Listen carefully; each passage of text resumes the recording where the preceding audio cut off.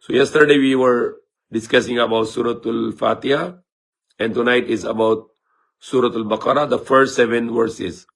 And it's also started with Bismillah ar-Rahman ar-Rahim, in the name of Allah, Ar-Rahman ar-Rahim. Ar-Rahman, who is full of infinite love and mercy, and Ar-Rahim, who is infinitely loving, merciful. And the first word of the Surah Al-Baqarah is Alif Laam Meem. Alif Laam Meem, these are the 3 letters, Alif, Lam and Mim, which is equivalent to Alif A, and Lam is L, and Mim is M. And this is the word which we don't know the meaning, and we can just recite it as is. Allah knows best what is the meaning of this. And what is the next to the Alif Laam Mim is Zalikal Kitabu La Rayba Fi. That it is the book, the Qur'an, no doubt in it. So Allah is giving this book to us, and Allah is saying that there is no doubt in it, that you can go ahead with this book. Allah make it safe and protected, because Allah said in the Quran, Inna nahnu nazzalna zikra wa inna lahu lahafizun. That Allah said, we send down this book and we are going to protect it. So Allah protect it. Not like the promise this one given to other books like Torah or Injil or Psalm, the Zabur. Allah did not give any promise to protect those, because those books were only for those times and only the time of those prophets.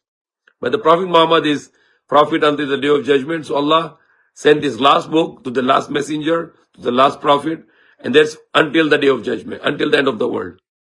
So Allah has to protect it, because there is the last book of guidance. If they call it the Old Testament and New Testament, that's the final testament, which is unchanged. The Old Testament is corrupted, the New Testament is corrupted, but the Quran is unchanged.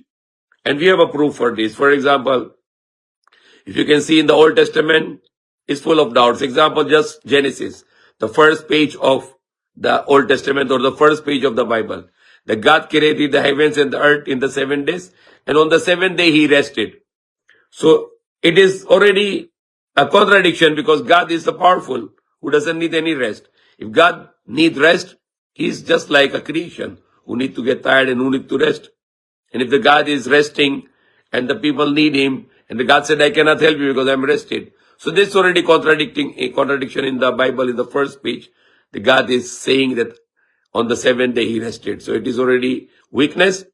The true God is free from weakness. Allah Almighty, the Creator, is free from any weakness. And the Quran said that God created the heavens and the earth in the 6 days, but he got no fatigue. He got no tiredness. He got no weakness. So that's perfect. And the other side, it's already changed by the people. Dak Babas. They add and they subtract. Whatever they don't like, they remove it, and whatever they like, they add it. So Allah said the Quran has no doubt. No doubt is a challenge to the whole world of the people. Show one doubt from the Quran, one mistake in the Quran. People were make the fake hadith in the name of Prophet Muhammad, that Muhammad Sallallahu said. But Prophet Muhammad Sallallahu give us a one principle, one rule. If anyone said, I said something, and if it is against the Quran, then I did not say this.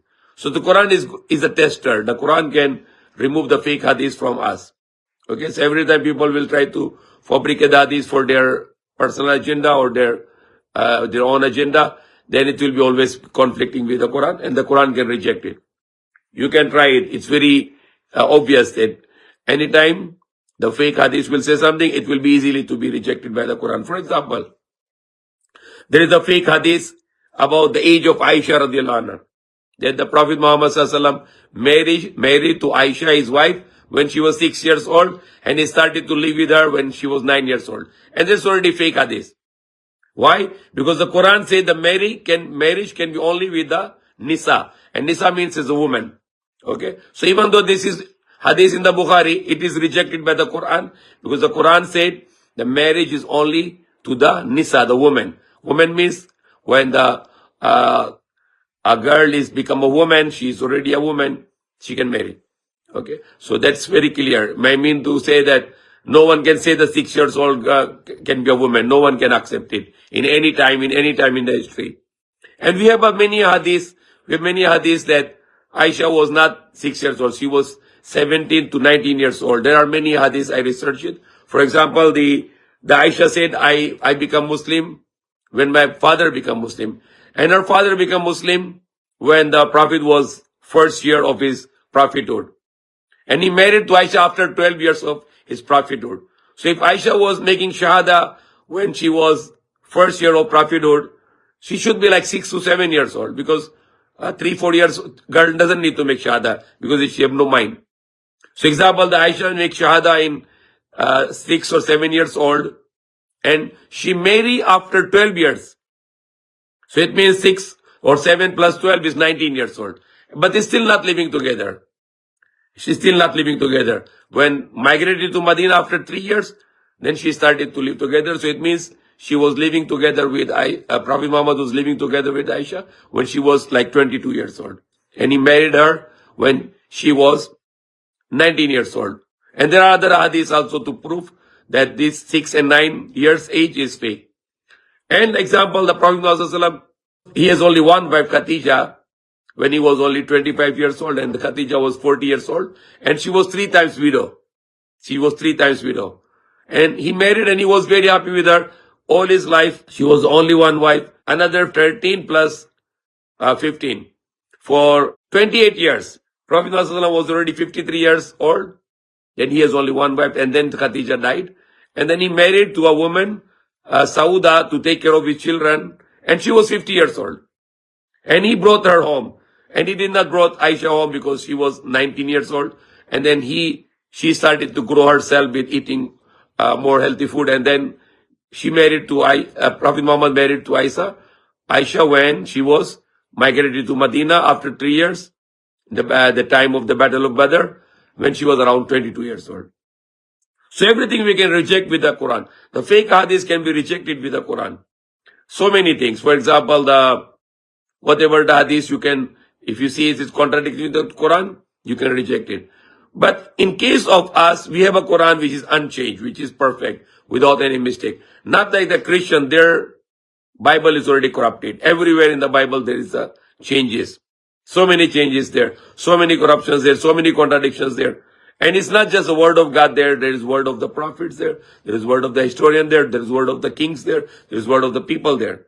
But the Quran, everything is the word of Allah, word of God. So that's, Allah said, ذَلِكَ الْكِتَابُ لَا رَيْبَ فِيهِ هُدًى لِلْمُتَّقِينَ. There is no doubt in this book. It is guidance. This Quran is a guidance. This book is a guidance for those who fear God. So if you are not fearing God, you can do whatever you like, and you don't like to follow His commandments, the Quran will not guide you. If you don't wake up Fajr and you don't fear Allah, that you are not praying Fajr and Allah is angry with you, then the Quran cannot guide you. You need to have a fear of God. What Allah command me, I must do, and what Allah forbid me, I cannot do. I need to check what is it, halal or haram. If I'm eating food is halal or haram, the things I'm using, are they halal or haram? If it is they are against the command of Allah, or are they are according to command of Allah. As long as you have a fear, then the Quran can guide you. But if you don't have the fear of God, fear of Allah, the Quran you will never get the guidance from Quran. Allah will not give you any guidance through the Quran. Because Allah said, Hudal lil muttaqin, this Quran is the guidance for those who fear Allah.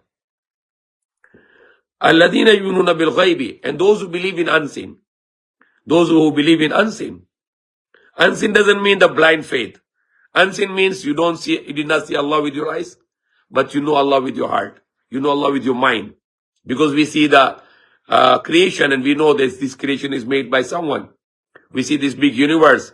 146 billion years you need to travel in the universe with the speed of the light, 300,000 kilometers per second. That is the size of the universe. And there are 300 billion galaxies. And every galaxy there are 300 billion stars. And there are stars which are millions sometimes bigger than Earth. So who make this big universe? The sun is 152 million kilometers away from us, and it can still burn us. And if the sun will get closer to us, we all will burn to die. And if the sun can get farther from us, we all will become free. So who make the perfect distance of the sun to us? Who make the 100 billion connection in our mind? 100 billion connections connected to our body, getting all the messages. When you see with the eyes, you are not seeing.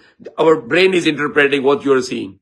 When you hear something, our brain will decide what you are hearing. And our heart is full of love and faith, the iman, the fear, everything is in the heart. And the heart has a physical aspect, is pumping the blood The heart is like our fist, the size, and is pumping the blood 2,000 gallons to 100 trillion cells of our body. 100 trillion cells of our body be supplied by the oxygen through the blood from the heart. So we cannot imagine that how great this creation. You see the beautiful faces.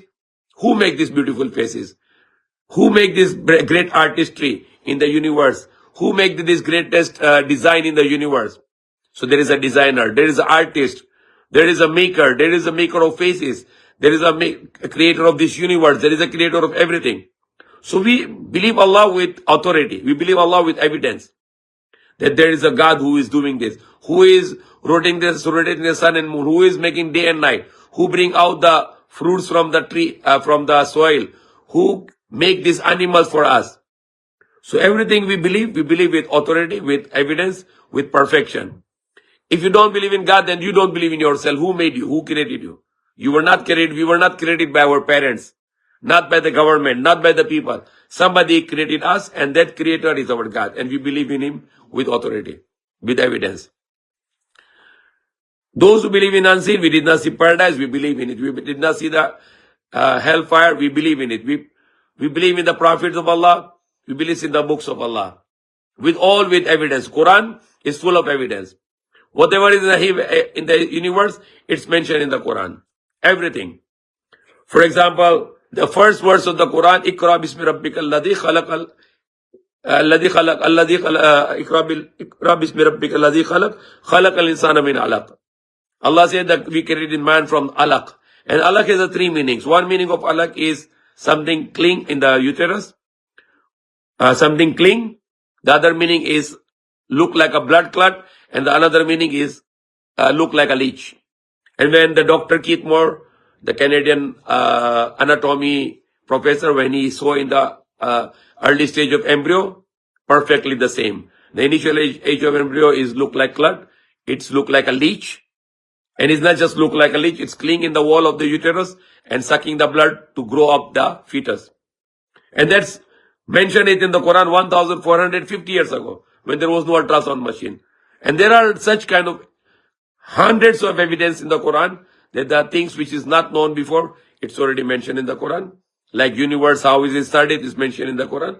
That the heavens and the earth and all were together, joined, and we split them asunder. And that's what the Big Bang Theory, that there was one mass, and that one mass was splitted by the big explosion, and that is starting of the creation. And Allah said, وَجَعَلْنَا مِنَ الْمَاءِ كُلَّ شَيْءٍ حَيٍّ, and we bring out the life from the water. And that's what the biology tell us, that everything is coming out from the water. Water is the life. And this is very good topic. You can always go and research about the verses of Quran, which is giving us a different kind of miracles, scientific miracles, biological miracles, chemical miracles, physics miracles, mathematic miracles, and miracles that the Quran, the law of the Quran can solve all the problems of the humanity today. So Allah subhanahu wa ta'ala said, Hudal lil muttaqin, alladhina yu'minuna bil ghaibi wa yuqimuna as-salata wa mimma razaqnahum yunfiqun, those who believe in unseen, and those who establish the salah, the praying 5 times a day with congregation. What is we given to them, they spend it from. Spend to parents, wives, to children, brothers, sisters, relatives, friends, neighbors, and all the human beings. They spend their money for the sake of Allah. They are upon guidance from their Lord, and they will be the successful. They will be the successful who do this all. Fear Allah, believe in unseen, do praying 5 times a day, believe in the hereafter, believe in the prophets and books, do good work, to praying, do good works. And then one more mistake, that one verse was missing. وَالَّذِينَ يُؤْمِنُونَ بِمَا أُنزِلَ إِلَيْكَ وَمَا أُنزِلَ مِنْ قَبْلِكَ وَبِالْآخِرَةِ هُمْ يُوقِنُونَ. Those who believe what is revealed to Prophet Muhammad, the Quran, and whatever revelation, and those revealed before Prophet Muhammad, to Prophet Jesus, the Injil, or Prophet Moses, the Torah, or the Prophet Dawood, the Zabur or Psalm. We believe in all those revelations, even though those revelations are changed by the people, but we believe in all those books and revelations. Even to Prophet Ibrahim, whatever revealed, we believe. And all the prophets, whatever revealed, we believe. وَالَّذِينَ يُؤْمِنُونَ بِمَا أُنزِلَ إِلَيْكَ وَمَا أُنزِلَ مِن قَبْلِكَ وَبِالْآخِرَةِ هُمْ يُوقِنُونَ, and they believe in the certainty with the hereafter, that we all will die and we will be arrive again on the day of judgment, forever life. And there will be paradise and there will be hellfire. There will be a judgment day. So that's, and then the next verse, أُولَٰئِكَ عَلَىٰ هُدًى مِّن رَبِّهِمْ وَأُولَٰئِكَ هُمُ الْمُفْلِحُونَ. They are upon guidance from their Lord and they will be successful. إِنَّ الَّذِينَ كَفَرُوا سَوَاءٌ عَلَيْهِمْ أَنذَرْتُمْ أَمْ لَمْ تُنذِرْهُمْ لَا يُؤْمِنُونَ. Surely it is equal upon them, whether you warn them or you do not warn them. They will not believe. So these are the worst kind of disbelievers. They are not, Allah decided them to be disbelievers because of their bad doings, doing bad to the people, not believing in Allah and not always rejecting the faith and committing shirk. So Allah said, it is whether same upon them, whether you warn them or you do not warn them. They will not believe because Allah decided them to be disbelievers. So we hope that Allah will not make our heart harden, that we will become decided as a disbeliever. Why? Because Allah said in the 7th verse, Khatam Allah, why they will not believe? Because Khatam Allah ala qulubihim wa ala sam'ihim wa ala absarihim gishawatu wa lahum adhabun azim. It's because Allah put the seal upon their hearts. Khatam Allah ala qulubihim wa ala sam'ihim. Then Allah put the seal on their ears, on the hearing. Wa ala absarihim, and their eyesight. There is a veil. They will not believe. Okay? So Allah put the seal. So if we keep on rejecting the commands of Allah and doing whatever Allah forbidden, then finally Allah will put the seal on the hearts, seal on the hearing, and seal on the eyesights, and veil on the eyesights. So they cannot go back to the right way. May Allah guide us.